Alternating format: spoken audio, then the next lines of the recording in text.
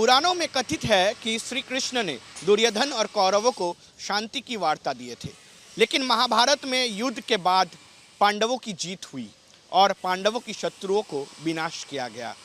वही वार्ता के साथ इस वक्त इस्कॉन कोलकाता मनाएगा रथ यात्रा। इस साल की रथ यात्रा में पहिए रहेंगे ऑपरेशन सिंदूर में इस्तेमाल होने वाले फाइटर जेट सुखोई की, और वही सुखोई की पहिए के ऊपर चल के जगन्नाथ देव अपनी यात्रा करने निकलेंगे।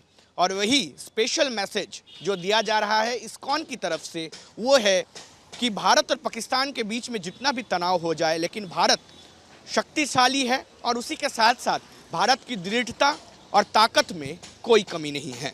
ऑपरेशन सिंदूर में भाग लेने वाली फाइटर जेट की जो पहिए है वो पहिए इस बार इस्कॉन के द्वारा लगाया जा रहा है जगन्नाथ देव के रथ में।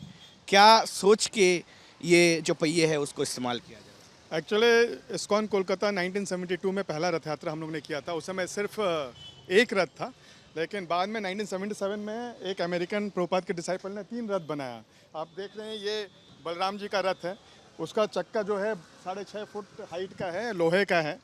लेकिन जब उन्होंने जगन्नाथ का रथ का जो चक्का बनाया तो उसमें उन्होंने बोइंग 747 के चक्के लगाए थे 1977 में। लेकिन 28 साल के बाद 2005 में जब मैंने देखा कि जो चक्का था वो घिस गया था अंदर से और उसका कंडीशन धीरे धीरे ख़राब हो रहा था, तो हम प्लान करने लगे कि कैसे इसको चेंज किया जा सकता है, इसका अल्टरनेटिव क्या है।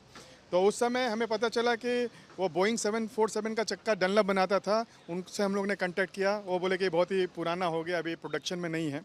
तो फिर 2018 में मैं इंटरनेट में जाकर देख रहा था कि कौन सा ऐसा चक्का है जो बोइंग 747 के बराबर हो डायमेंशन में, क्योंकि आप जानते हैं कि रथ बहुत बड़ा है और बनाना बहुत खर्चे वाला काम है। तो मैंने पाया कि जो सुखोई का जो चक्का होता है उसका जो अंदर का डायमेंशन है वो बोइंग 747 से लगभग एकदम आसपास में है। तो फिर मैं रशिया में भी मैं 6 साल रहा हूँ, तो मुझे पता है कि सुखोई वहाँ का विमान है और भारत यूज़ करता है।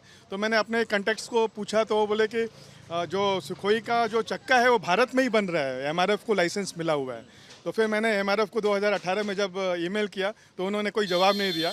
6 साल के बाद 2024 दिसंबर के महीने में उनका रिप्लाई आया, और जब उनका सबसे पहला यही प्रश्न था कि हमारा सुखोई चक्के का तो भारत में एक ही क्लाइंट है, वो है भारतीय वायुसेना, तो आप इस्कॉन क्यों चाहते हैं इसको।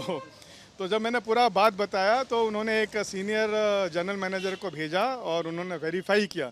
आप जानते हैं कि जो सुखोई बहुत ही उन्नतम फाइटर प्लेन है और उसका हर एक पार्ट है वो बहुत ही सीक्रेट भी रहता है। तो उन्होंने फिर एग्री हुए और वो बोले कि हम सिर्फ जो रबड़ का जो चक्का है वही दे सकते हैं, अंदर का ड्रम ये सब कुछ नहीं दे सकते, क्योंकि बहुत ही वो टेक्नोलॉजी उसका वो रहता है। तो हम बोले कि नहीं, हमको सिर्फ यही चाहिए। और फिर हमने एमआरएफ से उसको फाइनली ख़रीदा और लगाने के बाद में 24 किलोमीटर का हमने कलकत्ता के सड़कों पर 3 दिन पहले ट्रायल भी किया। और हमने पाया कि एकदम ये तो बहुत ही सुखोई का चक्का वो बहुत ही स्ट्रांग होगा। आप देख सकते हैं यहाँ पर देखिए, इसमें स्पीड रेटिंग लिखा हुआ है 360 किलोमीटर पर आवर। तो जो सामान्य चक्के होते हैं कार में लगते हैं उसका रेटिंग बहुत कम होता है, 180 किलोमीटर 200। जो सुखोई प्लेन है जब वो टेक ऑफ करता है तो उसका जो स्पीड होता है वो होता है 280 से 290 किलोमीटर प्रति आवर की स्पीड से वो टेक ऑफ करता है, और बहुत ज़्यादा थर्स्ट भी लगता है। तो ये चक्का जो है बहुत ही सॉलिड है। और हम जानते हैं कि बोइंग 747 का जो हमने चक्का जो प्रभु जी लगाए थे सेकेंड हैंड, वो 48 साल भगवान की सेवा में रहा, और ये चक्का तो इतना स्ट्रांग है, सुखोई विमान का है।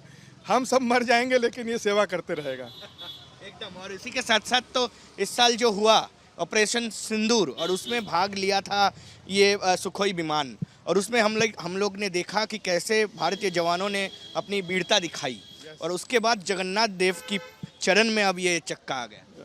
ये एकदम बहुत ही प्रासंगिक है। बहुत लोग पूछ रहे हैं कि 2025 में जब पूरा विश्व आपस में युद्ध करने के लिए तत्पर है, भारत पाकिस्तान का भी लग गया, तो भगवान क्या संदेश देना चाहते हैं। तो हम जानते हैं कि महाभारत में जब भगवान तो हमेशा शांति चाहते हैं, महाभारत में भी जब युद्ध पांडव और जो कौरव थे लड़ना चाहते थे तो भगवान शांति दूत बनकर कौरवों के पास गए और दुर्योधन को बोला, शांति का हाथ बढ़ाया। लेकिन दुर्योधन ने उस हाथ को ठुकरा दिया। हम देखते हैं कि भारत बहुत ही शांतिप्रिय देश है। हम लोग सनातन परंपरा को ही फॉलो करते हैं, भगवान कृष्ण को फॉलो करते हैं, और शांति का हाथ हमारा सभी हर एक समय वो सबके सामने रहता है। लेकिन भगवान ये भी मैसेज देते हैं कि हम लोग डरपोक नहीं है ये, और कमज़ोर देश नहीं है। हम जानते हैं रामायण और महाभारत हमारी संस्कृति है, हमारी सभ्यता है। हम देखते हैं कि महाभारत में किस तरह जब जो ब्रह्मास्त्र होता था वो पूरे ब्रह्मांड को भी नष्ट कर सकता था, और चाहे वही सेम ब्रह्मांड को अगर गाइडेड मिसाइल की तरह गाइड करके माँ के जो पेट में पल रहा जो भ्रूण है, अगर उसको ही टारगेट किया जाए तो उसे भ्रूण को नष्ट करेगा और माँ का बाल भी बांका नहीं होता था। तो इतनी हाई टेक्नोलॉजी हमारे पास थी, हमारी सभ्यता के पास थी। तो भगवान यही मैसेज देते हैं कि शांति बना के रखो मेरे बच्चों, सभी मेरे बच्चे हो। अगर तुम उत्पात मचाओगे तो जो महाभारत में कौरवों का हाल होगा वही हाल होगा। हम देखते हैं कि कलकत्ता रथ यात्रा में देश विदेश के भक्त आते हैं।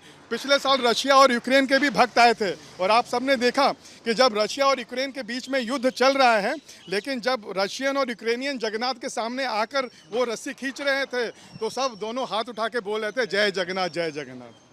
एकदम वही जो है कि विशेषता है यहाँ की।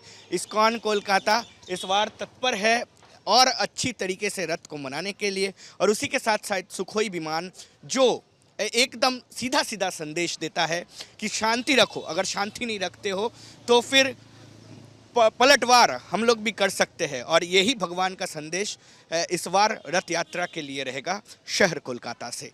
कैमरा पर्सन श्याम सुंदर घोष के साथ अनिर्बान, कोलकाता।